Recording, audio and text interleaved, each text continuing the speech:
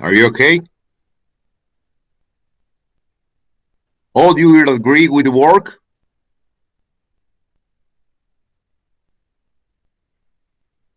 Okay, I like it. Entonces, vamos con la clase.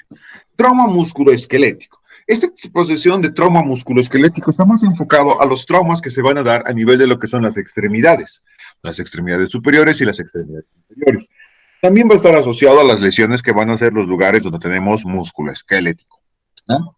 Pero principalmente se enfoca al manejo de lo que son extremidades, tanto superiores e inferiores. Para poder entender y ver esta parte del trauma musculoesquelético, nosotros tenemos que entender la estructura anatómica de estos. Principalmente en dónde? En las porciones que más lesión van a poder sufrir y que nos van a poder complicar un poco más la situación. Todas las extremidades, tanto superiores como inferiores, van a estar compuestos sobre todo por huesos largos, que si hablamos de la extremidad superior son el húmero, radio y cúbito, y dentro de estos largos vamos a tener los metacarpos y las falanges. Pero vamos a tener estructuras óseas también con huesos cortos, cuboides e irregulares, como ser en el caso de la mano, la muñeca o el carpo. A nivel de las inferiores vamos a considerar netamente lo que es fémur, tibia peroné, los metatarsos y obviamente también vamos a tener los huesos tarsales, que van a estar, o las falanges, y los huesos tarsales, que es el calcáneo, el cuboides, sesamoideos, sigmoides, etc. Vamos a tener también como parte de la estructura de fijación todo lo que es la porción acetabular que se va a encontrar en la fusión de los huesos ilíacos, isquios y púbicos, ¿sí? O sea, todo lo que es esa región que corresponde a la parte de la cadera y de la cintura pélvica.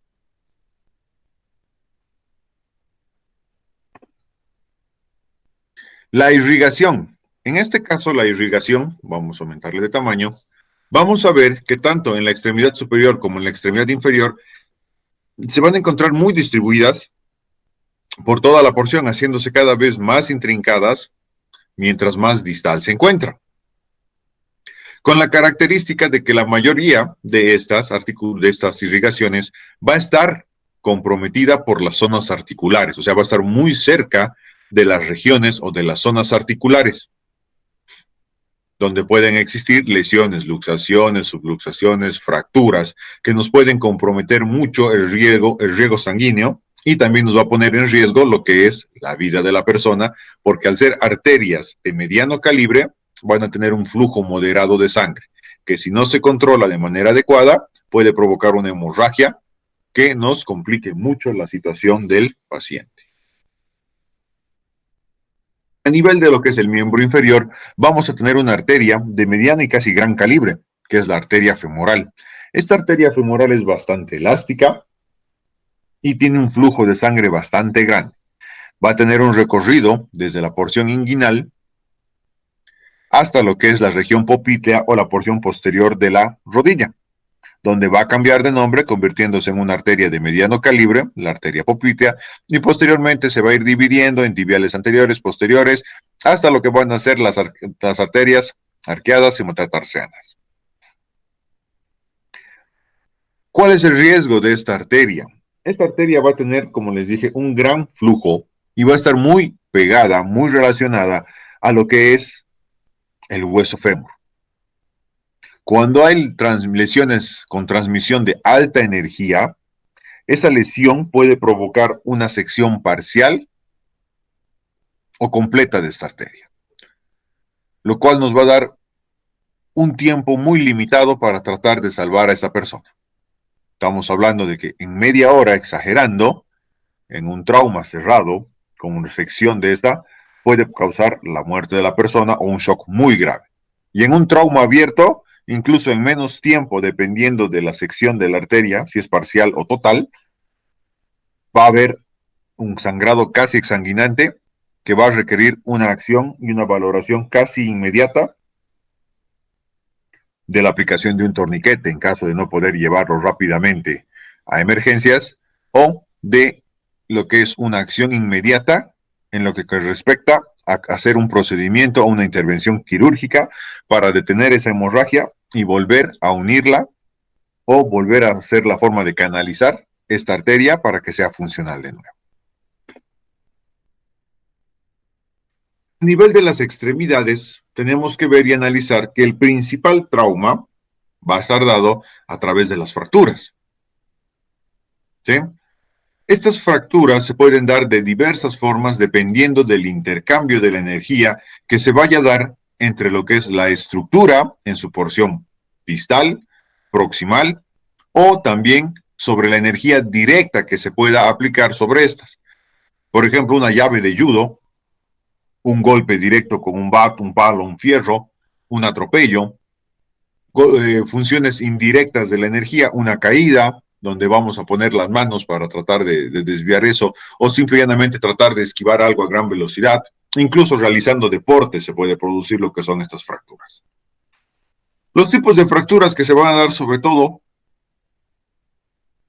en los huesos largos van a ser las transversas que van a cruzar de lado a lado la estructura ósea, sin generar separación de estas porciones. O sea, va a ser una fractura lineal, no desplazada, sin presencia de lo que va a ser, en este caso, restos o porciones óseas.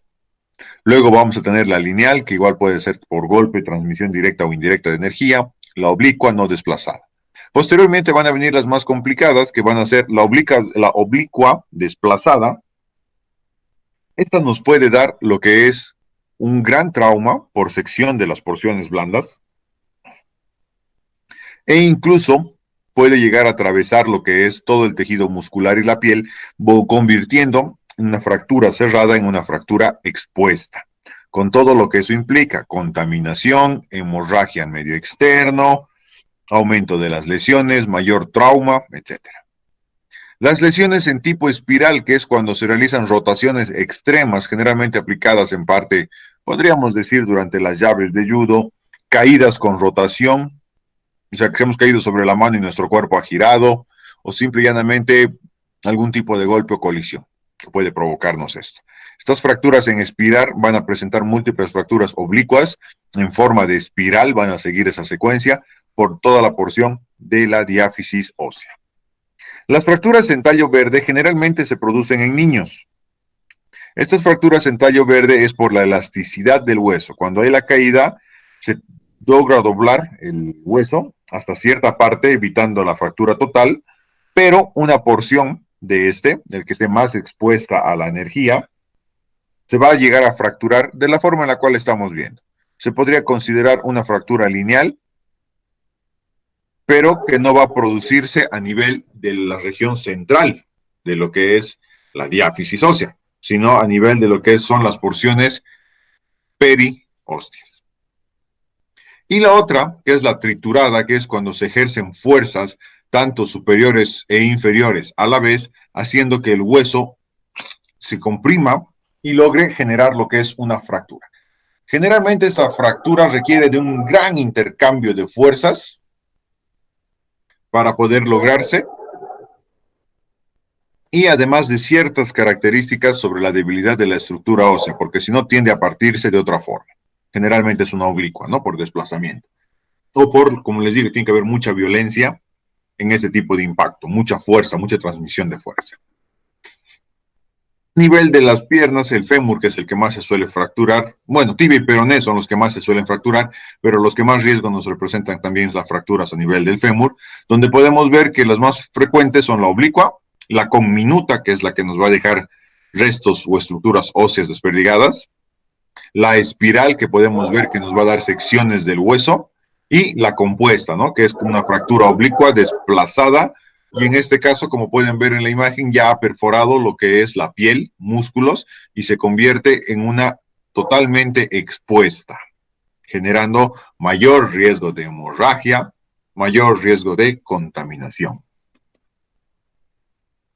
A nivel de la tibia, se van a considerar fracturas simples, o sea, que van a construir dentro de lo que ya hemos visto en principio, ¿no? Las fracturas simples son todas aquellas que van a comprometer la estructura ósea sin desplazamiento de estas y sin la producción de minutas, o van a ser minutas que van a estar ahí mismo.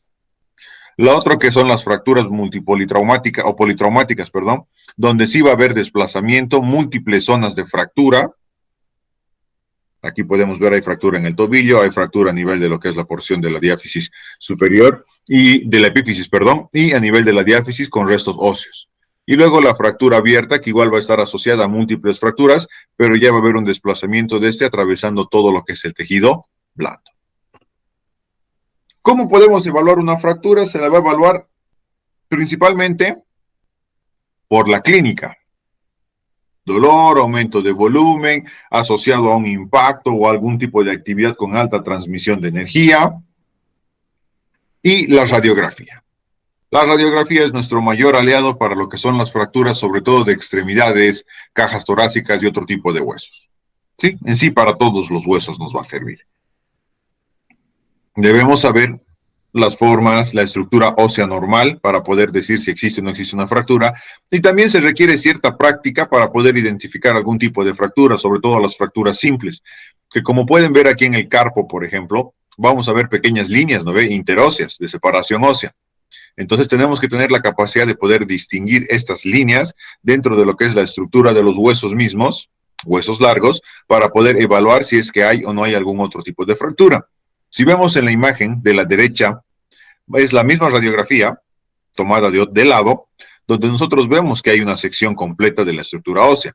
Pero si nos fijamos con detalle en la porción superior de la parte desplazada ósea, vamos a ver que hay como unas pequeñas líneas ligeramente más opacas en los huesos, sobre todo en la principal parte, en este hueso principal que se logra apreciar, donde están viendo mi cursor. Vamos a poner el zoom que para eso lo hemos habilitado. A ver, aquí en este sector, voy a poner la línea roja paralela, ¿ya?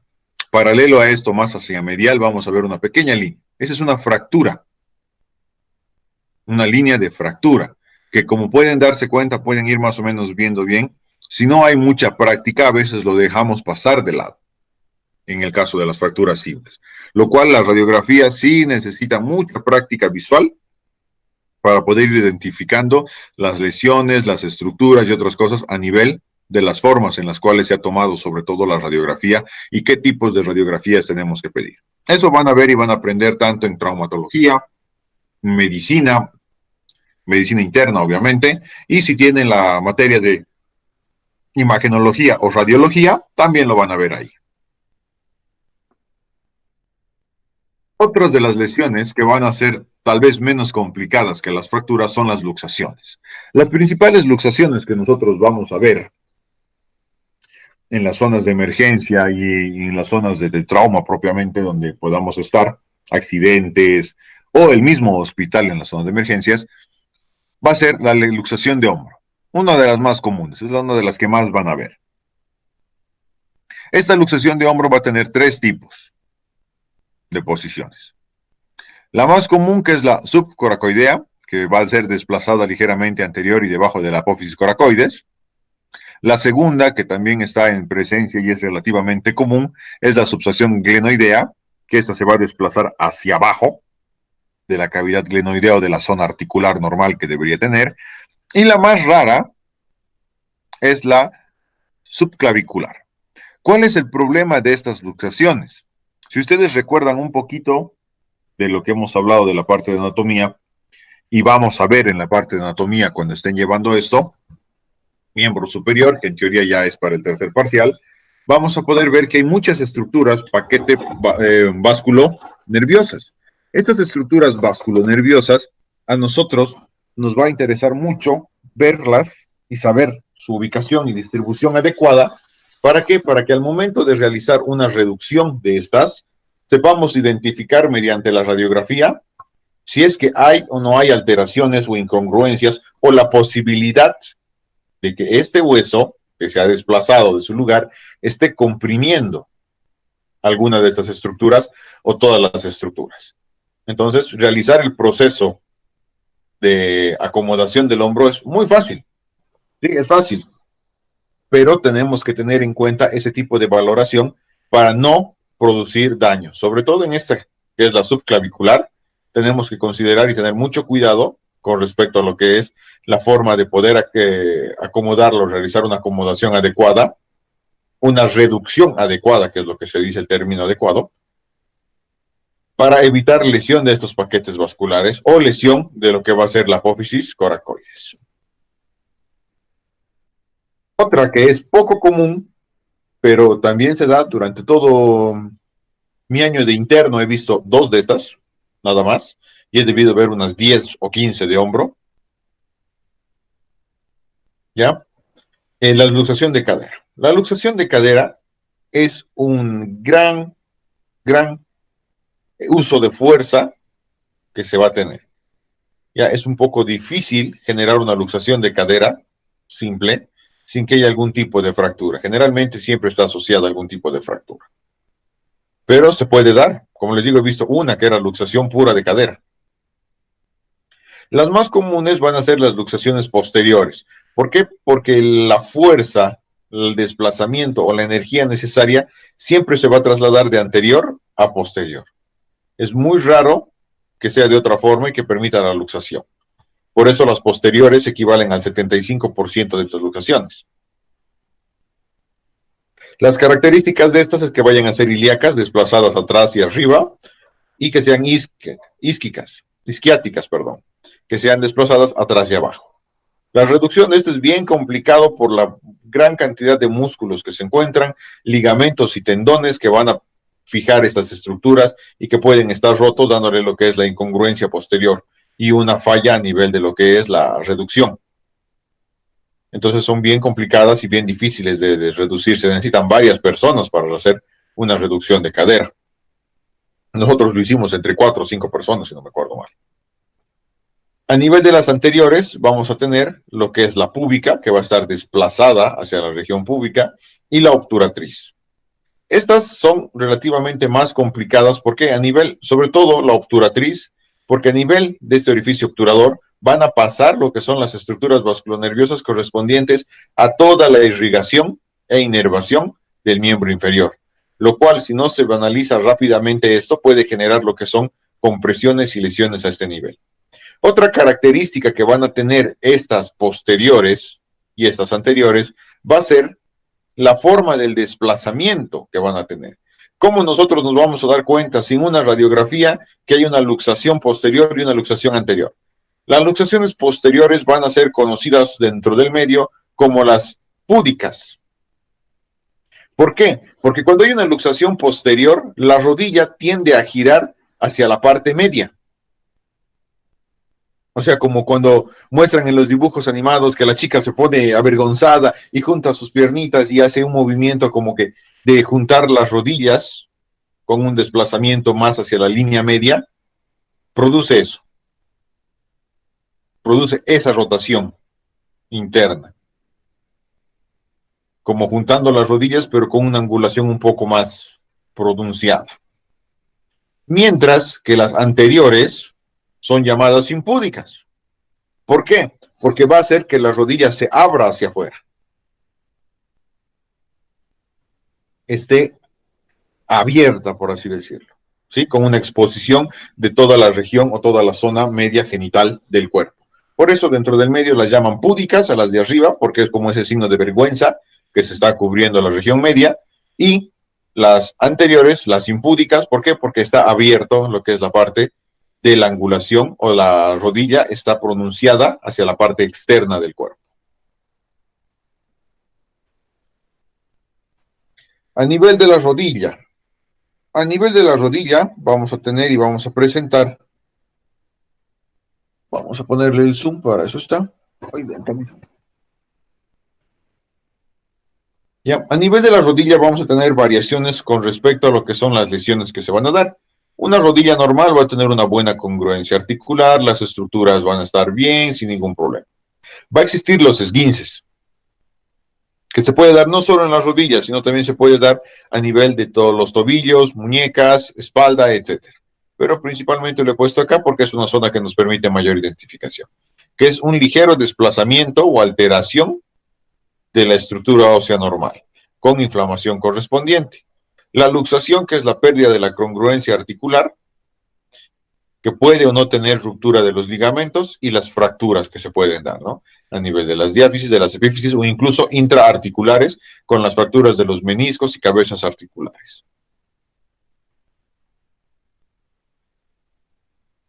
Esto igual se va a dar por una alta transmisión de energía, sobre todo laterolateral, una que vaya de izquierda a derecha y otra que vaya de derecha a izquierda, generando eso. En la parte de la rodilla nosotros vamos a tener múltiples ligamentos y muy fuertes que van a mantener a esta estructura ósea bien fijada. Por ejemplo, tenemos la cápsula articular, tenemos los ligamentos fijadores externos, tenemos los ligamentos cruzados anteriores, cruzados posteriores, ligamentos interarticulares, perdón, ligamentos rotulianos, etcétera. O sea, hay harto ligamento que va a mantener bastante fija la articulación, pero que sí se puede producir cualquiera de estas lesiones cuando hay una transmisión adecuada de fuerza. A nivel del tobillo vamos a tener lo que son las fracturas, luxaciones e incluso lo que vendrían a ser los esguinces también. A nivel de las fracturas vamos a ver que está asociado generalmente por una inversión o una eversión extrema y violenta de lo que es el pie, o sea, el pie va a tener una proyección o interna o una proyección externa de manera violenta, generando lo que son lesiones a nivel de los ligamentos, a nivel de las estructuras óseas asociadas, cóndilos, epicóndilos, articulación astragalina, articulación tibioastragalina, articulación en las articulaciones interóseas a través de lo que es la tibia y el peroné, la articulación perioastragalina, etc. Entonces, estas fracturas van a estar muy asociadas a la inercia y a la energía producida. Hay varios tipos de fracturas que van a estar asociadas principalmente, como les digo, a la inversión, a la eversión y a trauma directo sobre estos, donde sí van a haber lesiones y fracturas evidentes. Luego va a estar lo que son las luxaciones con pérdidas de incongruencia de la articulación, que a veces no están asociadas a fractura más que de ligamentos. Aquí podemos ver una imagen donde hay un desplazamiento total de la estructura con pérdida de la congruencia articular y pérdida de la funcionalidad normal. Entonces, esto es un tipo de luxación que se puede dar, ¿ya? Y los esguinces también que están presentes a nivel de lo que es el tobillo, ¿no? Vamos a verlo más adelante. ¿Cuál es la función que nosotros tenemos ante una fractura? Primero, ver la situación en la cual se ha producido esa fractura. Un análisis de la situación. Caída, golpe, contacto a nivel del deporte, un accidente brusco, etc. Siempre realizar la evaluación inicial y la evaluación primaria. ABCD. Pero aquí podemos tener ciertas variaciones. Por ejemplo, primero podemos empezar con D. Si es que no vemos alguna hemorragia ese rato, o sea, vemos simplemente un golpe fuerte y que la persona se empiece a quejar inmediatamente de dolor. Nos acercamos y revisamos la congruencia ósea. Entonces, si es una fractura simple o una fractura ligeramente desplazada que no compromete ningún otro tipo de estructuras, podemos empezar con una evaluación del estado de conciencia, porque la persona va a estar alterada, molesta, dolorida. Posteriormente vamos a realizar la revisión de la circulación, el C, para ver que se mantengan lo que son los pulsos distales posteriores o distales a la fractura o a la posible fractura, y ya, porque no tenemos que revisar que la persona respire, ¿no ve? Está respirando, se está quejando de dolor. Si estamos ante un trauma, un accidente, un politraumatizado, todo, siempre las revisiones A, B, C, D. Está respirando bien, hay un buen intercambio de oxígeno, tenemos una buena circulación, su estado de conciencia, está consciente, inconsciente. Y evaluamos el grado de la hemorragia mientras realizamos la evaluación de la circulación. Ver si es que hay una hemorragia, si la fractura es expuesta con hemorragia, si no hay una gran cantidad de hemorragia, si es que tenemos una fractura desplazada con un aparente aumento de volumen, que más adelante lo vamos a ver. Tenemos que revisar todas esas situaciones. Pero siempre, y nunca se olviden, evaluación primaria, A, B, C, D. Y aquí ya entra el criterio, ¿no ven? Nuevamente les repito, si la persona está jugando fútbol y alguien va y lo barre y le fractura la tibia y el peroné, ¿Vamos a ir a revisar su vía aérea primero? No, la persona está consciente, la persona no tiene ningún tipo de trauma que comprometa lo que es la vía aérea y ya. Obviamente no vamos a dejar de estar atentos, porque por el dolor la persona se puede desmayar, por el mismo trauma, ¿no? A ver, creo que ha habido una pregunta.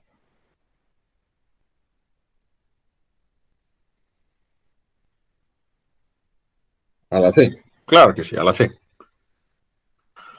Entonces revisamos y vemos esa partecita, ¿no? Es mucho la parte de criterio, pero es siempre importante que ustedes manejen lo que es este sistema de evaluación primaria.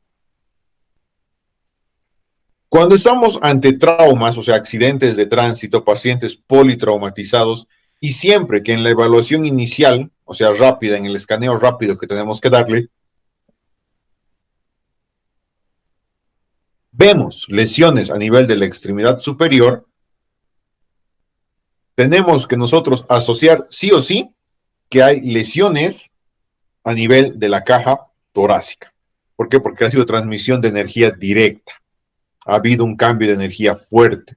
Ha habido un cambio de energía brusco. Entonces, tenemos que ver, analizar y asociar todo lo que son los traumas, sobre todo en extremidades superiores, en pacientes politraumatizados, con accidentes de tránsito o accidentes bastante aparatosos, siempre hay que asociar con lo que son lesiones torácicas internas. Entonces, ahí nuevamente se realiza todo lo que es el ABCD y la fractura, si es que no es expuesta y si es que no vemos que hay una gran hemorragia al respecto, podemos tomarla como efecto secundario, o digo, como intervención en el análisis primario, pero ya secundario, porque lo que nos importa siempre va a ser la vida del paciente. Y la vida del paciente se centra en vía aérea, circulatoria y el estado de conciencia para ver que no hay un daño neurológico. A nivel de los miembros inferiores, nosotros vamos a ver y vamos a asociar sobre todo hemorragias ocultas. ¿Por qué? Por el tipo de flujo sanguíneo que va a tener. Son venas, ya son arterias y venas de mediano y gran calibre, que si se seccionan parcialmente pueden provocarnos lo que son pérdidas de sangre bastante rápidas y formando lo que son terceros espacios que se llama a nivel de los muslos, de las piernas, haciendo que nosotros no veamos la hemorragia. ¿Por qué? Porque no nos vamos a enfocar mucho a revisar eso. Pero siempre en caso de un politraumatizado debemos revisar todo después de haber visto lo que es el ABCD. Hay que revisar los pulsos pedios, los pulsos inguinales, para ver las fracturas que puedan existir a nivel de los miembros inferiores y la posibilidad de que haya una hemorragia oculta. Si nuestro paciente no presenta una aparente hemorragia o los traumas superiores no son muy llamativos con respecto a las lesiones o hemorragias internas, tenemos que sospechar inmediatamente de una hemorragia a nivel de los miembros inferiores y que ésta esté oculta, que no haya exposición de la fractura. Otro que va a aparecer antes de que pase a continuar el tratamiento es el síndrome por aplastamiento. Este síndrome por aplastamiento se va a dar cuando los músculos, los tejidos blandos, van a sufrir contusiones muy fuertes y en masa, o sea, gran cantidad, o por aplastamiento de objetos. Por decir, en la pierna, a nivel del muslo, la pierna, ha caído una roca y ha aplastado toda esa estructura. ¿Sí? Hay una lesión total, o sea, debajo de la piedra nosotros tenemos una visión de lo que es el tejido muscular de unos 2-3 centímetros, o sea, esa pierna hay que amputarla. Cuando nosotros realizamos lo que es esa observación, ese análisis, vamos a ver que hay muchas lesiones y va a estar asociada a una rhabdomiólisis. ¿Qué es la rhabdomiólisis? Es que la destrucción del tejido muscular, sea por un golpe, como les dije, masivo, un politraumatizado, donde hay muchos hematomas a nivel de todo el cuerpo, o por efectos de aplastamiento directo de estas estructuras, van a liberar lo que es su mioglobina al torrente sanguíneo. La mioglobina es una proteína que le va a permitir absorber y mantener grandes cantidades de oxígeno para cumplir sus funciones. Esta mioglobina se filtra en los riñones, pero como es una proteína de gran tamaño, va a generar lo que es cierta alteración a nivel del riñón. Además que la misma destrucción de estas células, la destrucción de los eritrocitos y todo eso va a provocar lo que es un mayor aumento de la bilirrubina a nivel del torrente sanguíneo, lo cual nos va a producir un gran cambio en la coloración de la orina, dándole un aspecto de color Coca-Cola. Pero generalmente en procesos de aplastamiento y esas cosas, tenemos nosotros que valorar, o en politraumatizados, perdón, no solamente en aplastamientos, tenemos que valorar lo que es este proceso de rhabdomiólisis. ¿Por qué? Porque si no controlamos esta rhabdomiólisis, los riñones van a crepitar y vamos a tener un paciente, aparte de politraumatizado, con insuficiencia renal. Otro efecto que se produce por el aplastamiento es el síndrome post-aplastamiento. Ya hemos visto que las células se destruyen, pero ¿qué es lo que va a pasar? Las células en su interior tienen mucho potasio, mucho potasio, que cuando estas se destruyen, hacen lisis por el aplastamiento y por la isquemia, van a liberar todo ese potasio al torrente sanguíneo. Y una vez que nosotros restauramos el torrente sanguíneo hacia la zona afectada, o sea, quitamos la parte de la compresión,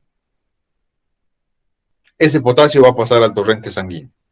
Y si ese potasio se eleva mucho y muy de golpe, vamos a tener problemas cardíacos muy serios. Por lo cual tiene que haber un tratamiento asociado por una persona especialista en este manejo, donde se pueden utilizar sueros glucosados con insulina a la vez para estimular la reabsorción del potasio a nivel intracelular. Se tiene que ver o estar preparados para poder realizar una diálisis, porque valores muy altos de potasio se requiere una diálisis para tratar de limpiar o equilibrar estos valores. Entonces hay que estar muy atentos cuando hablamos de aplastamientos, ¿ya? No es nomás agarrar y levantar el objeto que ha aplastado una pierna o que ha aplastado ambas piernas, al menos cuando hay un gran compromiso de todo el tejido muscular. ¿Por qué? Porque podemos complicar mucho al paciente.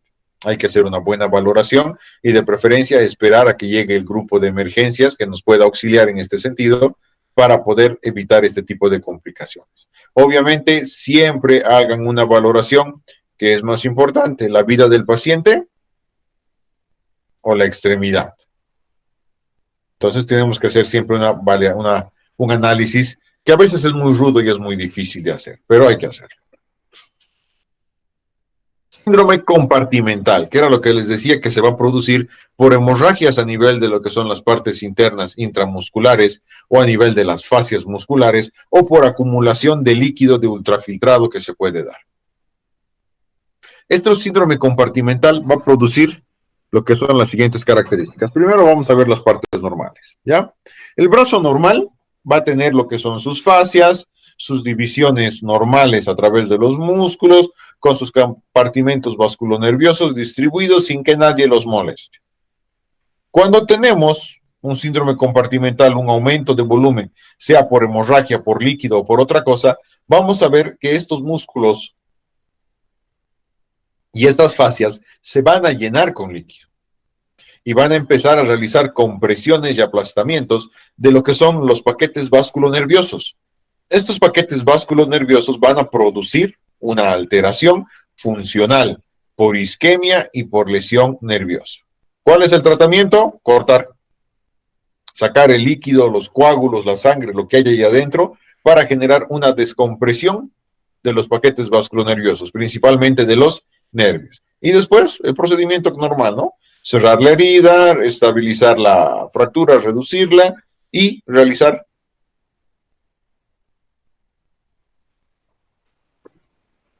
la estabilización de la zona. Para esto tenemos que ver que las lesiones van a estar asociadas a los daños nerviosos. En el daño de los nervios tenemos aquí lo que es la evaluación de la parte superior, de lo que son principalmente los nervios periféricos, donde vamos a ver qué tipo de lesión puede presentar, a qué nivel se va a dar la sensación y cómo va a afectar motoramente. ¿Sí? Este cuadro lo van a revisar, está en el libro, pueden verlo, de todas formas igual está en el internet, está aquí en las diapositivas, todo. Entonces esto les va a servir para poder ver y analizar esa situación. Lo propio a nivel de lo que son las extremidades inferiores. donde vamos a ver las alteraciones que se van a dar a niveles motores, sensitivos y por qué tipo de lesión generalmente. Tenemos que ver y evaluar que van a existir lesiones asociadas a los procesos de fracturas, dependiendo sobre todo, como les dije, del análisis de lo que es el trauma. ¿Ya? Generalmente, si nosotros vamos a ver un accidente de tránsito, una caída de moto, algo donde hay un gran intercambio de energía, nosotros tenemos que asociar a lo que son las diferentes complicaciones o lesiones asociadas. Si vemos una fractura de clavícula o una fractura o luxación a nivel del hombro, podemos sospechar de una lesión torácica mayor, contusión pulmonar y fracturas costales. Si hay una fractura desplazada de columna vertebral, ya automáticamente ruptura de la aorta, tanto torácica o lumbar. Más que todo torácica, que es la que se va a encontrar mucho más o por un mayor trayecto unida a lo que es la vena, la arteria aorta. Fracturas, luxaciones de codo, hay que ver la arteria humeral, el nervio mediano, cubital y radial para ver de que no haya lesiones. Esta fractura a nivel de la articulación del codo tiende a ser una emergencia por las complicaciones que va a presentar y por el sangrado que puede presentar. A nivel de la pelvis, generalmente asociado a lo que es un trauma automovilístico,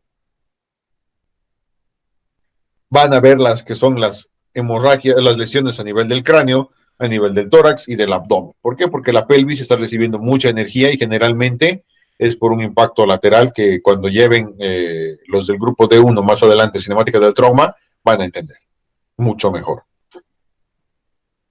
Cuando asociamos a esta fractura, pero a motociclista o a peatón, estamos asociando de otro tipo de accidente, donde vamos a asociar más a lo que es la hemorragia vascular pélvica. Fractura de fémur, lo mismo, ¿no? Si hay lesiones o fracturas del cuello del fémur, lección o luxación o daño a nivel de lo que es la cadera, ruptura de la congruencia acetabular, fracturas óseas, etc. Cuando hay una luxación posterior de las rodillas, o sea, hacia atrás, se puede asociar a fracturas de fémur o lesiones a través de lo que va a ser también daño en la cadera. En la rodilla propiamente, hacia los desplazamientos anteriores y laterales, lesiones de las arterias y los nervios popliteos. El calcáneo, siempre se va a asociar una fractura o una lesión de calcáneo, se va a asociar a lo que puede ser una lesión en la columna. ¿Por qué? Porque estaríamos hablando de una caída de pie de una altura considerable. Y las fracturas expuestas, estamos hablando de que es generalmente un trauma directo sobre esa parte de la articulación. Cuando vemos solo la fractura expuesta que no está relacionada a un accidente de tránsito, vamos a pensar de que solamente es la fractura expuesta, la lesión ósea. Pero si está asociado a un accidente de tránsito, moto u otro tipo de accidente con un gran intercambio de energía, vamos a pensar en todas estas lesiones posiblemente asociadas en base a la evaluación de las lesiones que se puedan presentar. Tratamiento para el esguince. Esto lo he puesto aquí, así, de manera rápida, porque en el caso de los esguinces de tobillo, que el 90% de las mujeres ha sufrido o va a sufrir en su vida por usar un taco, tienen que realizar esto como parte del tratamiento del esguince. Sí, hay esguinces de primer, segundo y tercer grado. En los tres casos se va a manejar inicialmente de esta forma y el mnemotécnico es RICE. Descanso, hielo, no se aplica hielo directo nunca, porque el hielo tiende a quemar la piel. Se coloca una tela o se coloca una toalla, algo para aplicar. En este caso es el frío, por tiempos de 20 minutos y luego se descansa, se vuelve a aplicar y todo. Lo que es la compresión, se realiza un vendaje compresivo para tratar de mantener la lesión estable. Y la elevación, hay que elevarlo para tratar de mantener lo que es un flujo normal de sangre y evitar lo que es la acumulación de líquido por la inflamación. Esto es un tratamiento del esguince de primeros auxilios rápido que se puede aplicar en cualquier momento. Siempre tienen que hacer la valoración rápida del esguince en base a que un primer grado va a presentar dolor y tal vez un pequeño hematoma.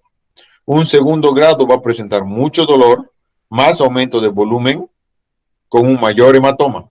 Y un tercer grado va a ser incongruencia articular, alteración de la forma normal de la articulación, un gran hematoma y mucho dolor. En todos los casos se maneja de esta forma, pero en el tercero hay que llevar a emergencias para que se realice lo que es la reparación quirúrgica de la lesión. A nivel de los hombros, las luxaciones y esas cosas, se aplica de igual forma, o se puede aplicar de igual forma lo que es hielo. Hay que tratar de evitar el shock en caso de que sea un politraumatizado, o simplemente las personas muy sensibles que se ponen histéricas. Hay que brindarle lo que es reposo al paciente, que esté tranquilo, que no se mueva, realizar una ligera inmovilización de esta.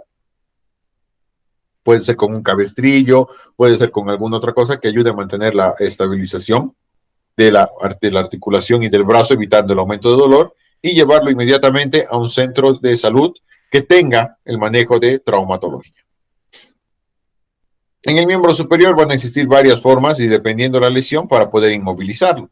Puede ser el entablillamiento que llamamos, con tablas, esponjas, libros, textos, algo que nos ayude a mantener la fijación de lo que es sobre todo las partes del antebrazo del brazo.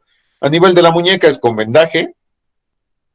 Los dedos se pueden utilizar lo que se llaman férulas, puede ser un palito de helado, puede ser alguna otra tablita, una cuchara de plástico, una cuchara de metal, cualquiera de esas nos puede ayudar con lo que es la inmovilización de uno o dos dedos, de la muñeca, también que se va a inmovilizar de manera mucho más estricta en una fractura, al nivel de las costillas, cuando hay una lesión o suponemos de una fractura, siempre y cuando no sea un tórax inestable. Cuando es un tórax inestable, podemos realizar esta inmovilización, ¿ya? Pero tiene que ser con un poco más de cuidado, un poco más de precaución, para evitar lo que es una posible lesión con presión excesiva de estos, que pueda generar sección de los componentes vasculares. Y la columna, que es una fijación mucho más completa, cabeza, cintura, torso, rodillas, tobillos, etc. En los miembros inferiores, cuando vamos a ver de una fractura o sospechamos de una posible fractura a nivel de lo que es la cadera y el fémur, se va a realizar este tipo de entablillamiento, ¿no? Si suponemos que es de la cadera, vamos a fijar a ambos lados con una madera y vamos a fijar desde el abdomen, la misma cadera la vamos a fijar, como ya les expliqué la otra vez, donde hay que tratar de mantenerla en su posición normal y luego estabilizarla, y el entablillado para evitar el movimiento. A nivel de la rodilla, igual de esta forma, hay que evitar los movimientos distales y proximales. Cuando es a nivel de la pierna, se puede realizar una fijación de esto. Cuando es a nivel de la pierna y el muslo, con una o dos tablas, a nivel del tobillo y los dedos del pie.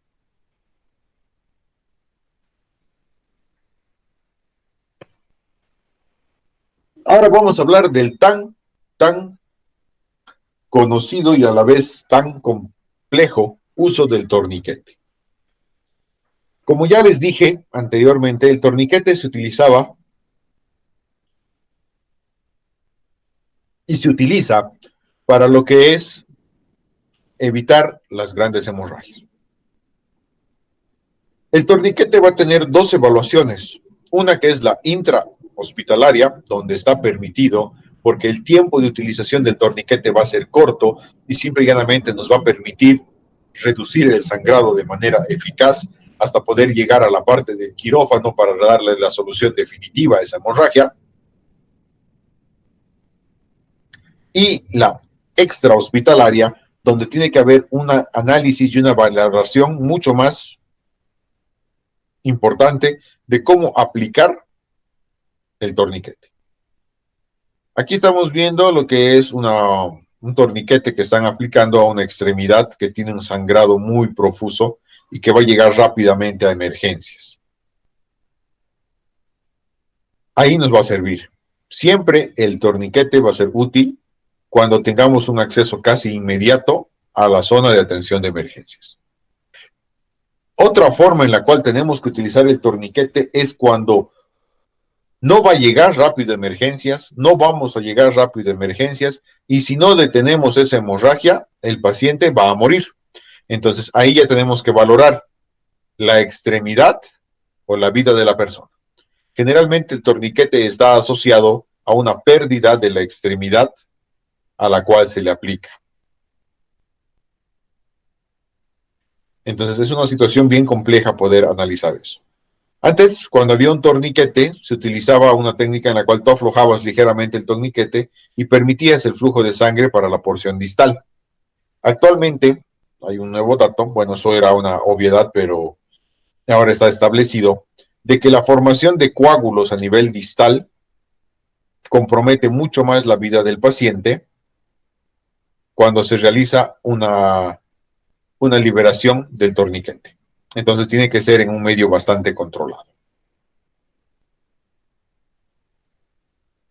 Porque si nosotros soltamos y liberamos un coágulo, este coágulo puede provocarnos un infarto, un tromboembolismo pulmonar o un accidente cerebrovascular que va a comprometer mucho más la estabilidad y la vida del paciente. Así que el torniquete se aplica de manera extrema, se aplica siempre por encima de la lesión, no directo en la lesión, y siempre anterior o posterior a lo que es una articulación, no sobre la articulación.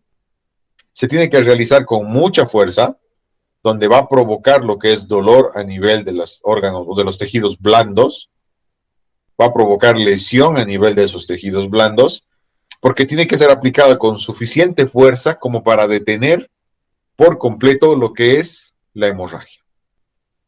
Una vez que se aplica ese torniquete y se logra detener la hemorragia, ¿qué es lo que vamos a hacer nosotros? Anotar la hora en la cual se está colocando el torniquete. ¿Por qué? Porque mientras más tiempo la extremidad se encuentre sin una irrigación adecuada, va a provocar isquemia y posteriormente muerte del tejido y muerte de la porción de la extremidad que estamos nosotros aislando con el torniquete.